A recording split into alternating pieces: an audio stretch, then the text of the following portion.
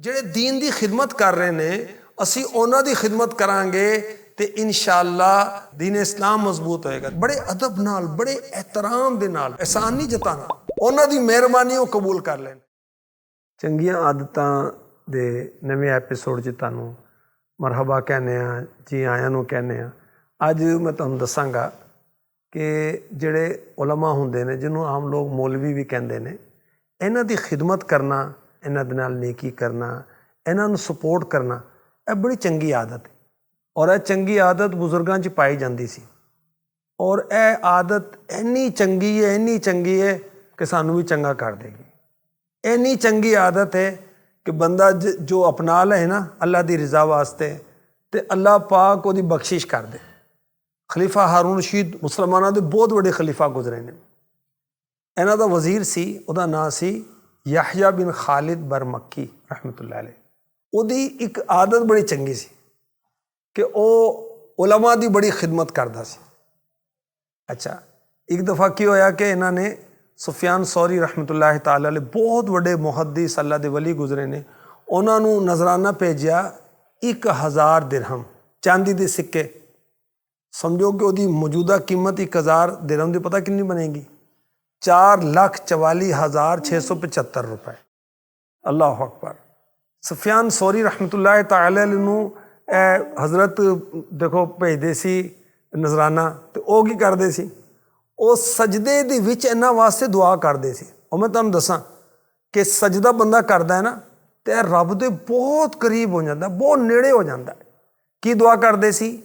या अल्लाह पाक याहिया ने दुनियावी मामलात च मैनू बेनियाज कर दिता, तू आखिरत दे मामले च इन्हां नू काफ़ी हो जा।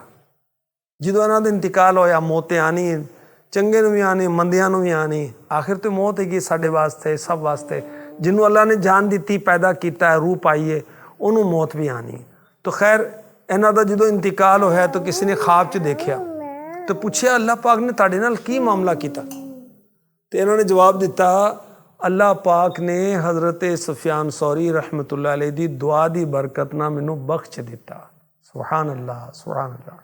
देखो याहिया बरमक्की रहमतुल्लाह ताला अलैह सुफियान सौरी दी माली खिदमत करते सी। उन्होंने दुआ दी, अल्लाह ने करम फरमाया, उन्होंने बख्शिश हो गई। तो सानू की चाहिए कि असी उलमा दी खिदमत करिए। इमाम साहब ने, मौज़िन साहब ने, खतीब साहब ने, और किसी ने कोई मदरसा, कोई जामिया बनाया है, साढ़े बच्चों को कुरान पढ़ाते हैं, साढ़े बच्चों को आलिम बनाते हैं, हदीस सिखाते हैं, अल्लाह रसूल दे फरामीन सानू पहुँचाते हैं, साड़ी औलाद को नेक बनाते हैं। तो सानू चाहिए कि उलमा दी, इमाम साहिबान दी, पीरां दी, जिहड़े पीर कामिल हुंदे ने, जामे शराइत हुंदे ने, उन्हां दी असी माली खिदमत करिए, उन्हां दी ज़रूरतां पूरी करिए। और देखो कि जिहड़ा मुसलमान दे दिल च खुशी दाखिल करदा है, बड़ा अफजल अमल है। अल्लाह ताला ओदियां हाजतां पूरी करदा है। हज़रत लैस बिन साद रहमतुल्लाह ताला अलैह, यह भी एक अल्लाह वाले गुजरे ने। इन्हां दी एक चंगी आदत ऐसी कि ए इल्म वालियां दी खिदमत करदे सी। खलीफा हारून रशीद रहमतुल्लाह अलैह ने इमाम मालिक रहमतुल्लाह, जिन्हों आलिमे मदीना कहा जाता है, जिन्होंने मुफ्ती मदीना कहा जाता है, जिन्होंने रोज़ नबी पाक सल्लल्लाहु अलैहि वसल्लम की ज़ियारत हुंदी सी, बहुत बड़े आशिक रसूल। इन्हां दी खिदमत च 500 दिनार भेजे, 500 सोने के सिक्के। अच्छा, उस दिन खलीफा दे वज़ीर हज़रत लैस बिन साद नूं जदों इतला हुई, तो उन्होंने इमाम मालिक की खिदमत च 1000 दिनार भेजते। तो खलीफा नूं बड़ा गुस्सा आया कि लै मैं तो 500 भेजे, इन्हें मेरे वज़ीर ने 1000 भेजते। तो उन्होंने कहा तू मेरी रियाया है और मैं हाकिम हाँ, तू 1000 भेजते, मेरे तो दुगने भेजते। हज़रत लैस बिन साद रहमतुल्लाह अलैह ने कहा, अमीरुल मुमिनीन, मैं तजारत करना गले दी, तो मेरी डेली जिहड़ी आमदन है 1000 दिनार है। तो मैनू बड़ी शर्म आती है कि इमाम मालिक नूं मैं एक अपने रोज़ की एक दिन की आमदनी भी ना पेश करा। अल्लाह अकबर। देखो नबी दे आशिको कि एक दिन की मुकम्मल आमदनी इमाम मालिक की खिदमत च पेश करते हैं। अगर असी भी अपनी दुकान ते, असी अपने बिजनेस ते, असी अपने जिहड़ी सानू सैलरी मिलती है, ਉਹਦੇ 'ਚ ਅਗਰ ਤੈਅ ਕਰ ਲਈਏ ਕਿ ਅਸੀਂ 11ਵੀਂ ਦੇ 11% ਜਿਹੜੇ ਨੇ ਉਹ ਅਸੀਂ ਦੀਨ ਦੀ ਖਿਦਮਤ ਕਰਾਂਗੇ, ਮਸਜਿਦਾਂ ਦੀ ਖਿਦਮਤ ਕਰਾਂਗੇ, ਮੌਲਵੀਆਂ ਦੀ ਖਿਦਮਤ ਕਰਦੀ।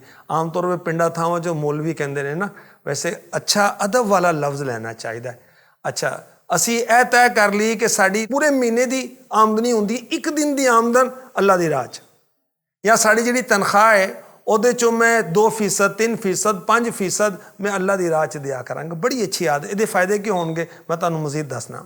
ਸਾਨੂੰ ਅੱਲਾ ਦੀ ਰਾਹ 'ਚ ਖਰਚ ਕਰਨ ਦਾ ਸਵਾਬ ਮਿਲੇਗਾ, ਅੱਲਾ ਰਾਜ਼ੀ, ਉਹਦਾ ਰਸੂਲ ਰਾਜ਼ੀ ਹੋਏਗਾ। ਔਰ ਅਸੀਂ ਅਗਰ ਜਿਹੜੇ ਦੀਨ ਦੀ ਖਿਦਮਤ ਕਰ ਰਹੇ ਨੇ ਅਸੀਂ ਉਹਨਾਂ ਦੀ ਖਿਦਮਤ ਕਰਾਂਗੇ ਤੇ ਇਨਸ਼ਾਅੱਲਾ ਦੀਨ ਇਸਲਾਮ ਮਜ਼ਬੂਤ ਹੋਏਗਾ। ਦੇਖੋ ਇਮਾਮ ਮਸਜਿਦ ਨੇ, ਮੌਜ਼ਿਨ ਨੇ, ਸਾਡੀ ਮਸਜਿਦਾਂ ਆਬਾਦ ਕਰਦੇ ਨੇ, ਜਿਹੜੇ ਸਾਡੇ ਬੱਚਿਆਂ ਨੂੰ ਕੁਰਾਨ ਪੜ੍ਹਾ ਰਹੇ ਨੇ, ਇਹ ਸਾਡੇ ਬੱਚਿਆਂ ਨੂੰ ਦੀਨਦਾਨ ਬਣਾ ਰਹੇ ਨੇ। ਦੇਖੋ ਸਾਡੇ ਜਨਾਜ਼ੇ ਕੌਣ ਪੜ੍ਹੇਗਾ? ਇਹ ਉਲਮਾ ਤੇ ਪੜ੍ਹਨਗੇ, ਇਹ ਇਮਾਮ ਸਾਹਿਬ ਤੇ ਪੜ੍ਹਨਗੇ, ਤੇ ਅਸੀਂ ਇਹਨਾਂ ਦੀ ਖਿਦਮਤ ਕਰੀਏ। ਇਹ ਵੀ ਹਵਾ ਨਹੀਂ ਖਾਂਦੇ, ਇਹਨਾਂ ਨੂੰ ਵੀ ਜ਼ਰੂਰਤ ਪੈਂਦੀ ਹੈ ਨਾ, ਖੁਸ਼ੀ ਗਮੀ ਇਹਨਾਂ ਦੇ ਘਰ ਵੀ ਹੁੰਦੀ ਹੈ। ਬਾਲ ਬੱਚਿਆਂ ਦਾ ਵਿਆਹ ਹੁੰਦਾ ਹੈ ਤੇ ਕੋਈ ਹੋਰ ਮਹਿਮਾਨ ਇਹਨਾਂ ਦੇ ਘਰ ਵੀ ਆਉਂਦੇ ਨੇ, ਇਹ ਵੀ ਬਿਮਾਰ ਹੁੰਦੇ ਨੇ, ਇਹਨਾਂ ਦੀ ਵੀ ਜ਼ਰੂਰਤਾਂ ਹੁੰਦੀਆਂ ਨੇ, ਤੇ ਸਾਨੂੰ ਇਹਨਾਂ ਦੀ ਜ਼ਰੂਰਤਾਂ ਪੂਰੀ ਕਰਨੀ ਚਾਹੀਦੀਆਂ ਨੇ। ਇਹ ਸਾਡੀ ਦੀਨੀ ਜ਼ਰੂਰਤਾਂ ਪੂਰੀ ਕਰ ਰਹੇ ਨੇ, ਅਸੀਂ ਇਹਨਾਂ ਦੀ ਦੁਨਿਆਵੀ ਜ਼ਰੂਰਤਾਂ ਪੂਰੀ ਕਰੀਏ। ਇਹਨਾਂ ਦੀ ਦੁਆਵਾਂ ਮਿਲਣਗੀਆਂ, ਸਾਡਾ ਬੇੜਾ ਪਾਰ ਹੋ ਜਾਏਗਾ। ਕੁਰਾਨ ਪਾਕ 'ਚ ਰੱਬੇ ਕਾਇਨਾਤ ਫਰਮਾਂਦਾ ਹੈ ਵਅਹਸਿਨੂ इन्नल्लाह युहिब्बुल मुहसिनीन, और नेकी करो, बेशक अल्लाह नेकी करने वालों से मोहब्बत फरमाता है। सानू क्या जा रहा है कि नेकी करो, अल्लाह नेकी करन वालियां नाल मोहब्बत करता है। सुभान अल्लाह। ते बहुत अजर मिलना है, बड़ा सवाब मिलना है। अल्लाह पाक सानू भी चंगी आदत नसीब फरमाए। सानू उलमा दी खिदमत करन दे फायदे की होणगे? अल्लाह रसूल दी रिज़ा मिलेगी, दीन दा काम मजबूत होएगा। जड़ा दीन दी मदद करता है अल्लाह ਉਹਦੀ मदद करता है। ਇਹ सूरह मुहम्मद 'ਚ अल्लाह पाक ने इरशाद फरमाया है। और देखो कि मौलवी साहब ने, इमाम साहब ने, ख़तीब साहब ने, मौज़िन साहब ने, कारी साहब ने, मुदर्रिस ने, मुफ्ती साहब ने, जामे शराइत पीर ने ਇਹ दीन ਦੀ खिदमत कर रहे हैं। अच्छा ਇਹਨਾਂ ਦਾ ਦਿਲ नहीं खुश होएगा ਅਸੀਂ ਇਹਨਾਂ ਦੀ खिदमत करांगे बड़े अदब नाल, बड़े एहतराम ਦੇ ਨਾਲ, ठीक है, और एहसान नहीं जताना, ਉਹਨਾਂ ਦੀ ਮਿਹਰਬਾਨੀ ਉਹ ਕਬੂਲ ਕਰ ਲੈਣ। प्यारे आका सल्लल्लाहु अलैहि वसल्लम ने फरमाया, साढ़े सोहने नबी ने फरमाया, मदीने वाली सरकार सल्लल्लाहु अलैहि वसल्लम ने फरमाया, सब तो अफजल अमल मोमिन दे दिल चो खुशी दाखिल करना है। चाहे तो दी हाजत पूरी कर। अच्छा खुशी दाखिल करन दा एक जरिया की है, ਉਹਦੀ ਜ਼ਰੂਰਤ पूरी की जाए। अच्छा ਅਸੀਂ ਉਲਮਾ ਦੀ ਖਿਦਮਤ ਕਰਾਂਗੇ ਤੇ ਇਨਸ਼ਾਅੱਲਾ ਦੁਆਵਾਂ ਮਿਲਣਗੀਆਂ, और नेकां दियां दुआवां मिलणगियां ते इंशाअल्लाह जन्नत दी हवावां मिलणगियां। अल्लाह रहमत फरमाए, साड़ियां आदतां चंगियां हो जान, साड़ी ज़ुबान भी चंगी हो जाए, साड़ा दिल भी चंगा हो जाए, साड़ा ज़ाहिर भी चंगा हो जाए, साड़ा बातिन भी चंगा हो जाए। आमीन बिजाहि खातमिन नबीयीन सल्लल्लाहु अलैहि वसल्लम।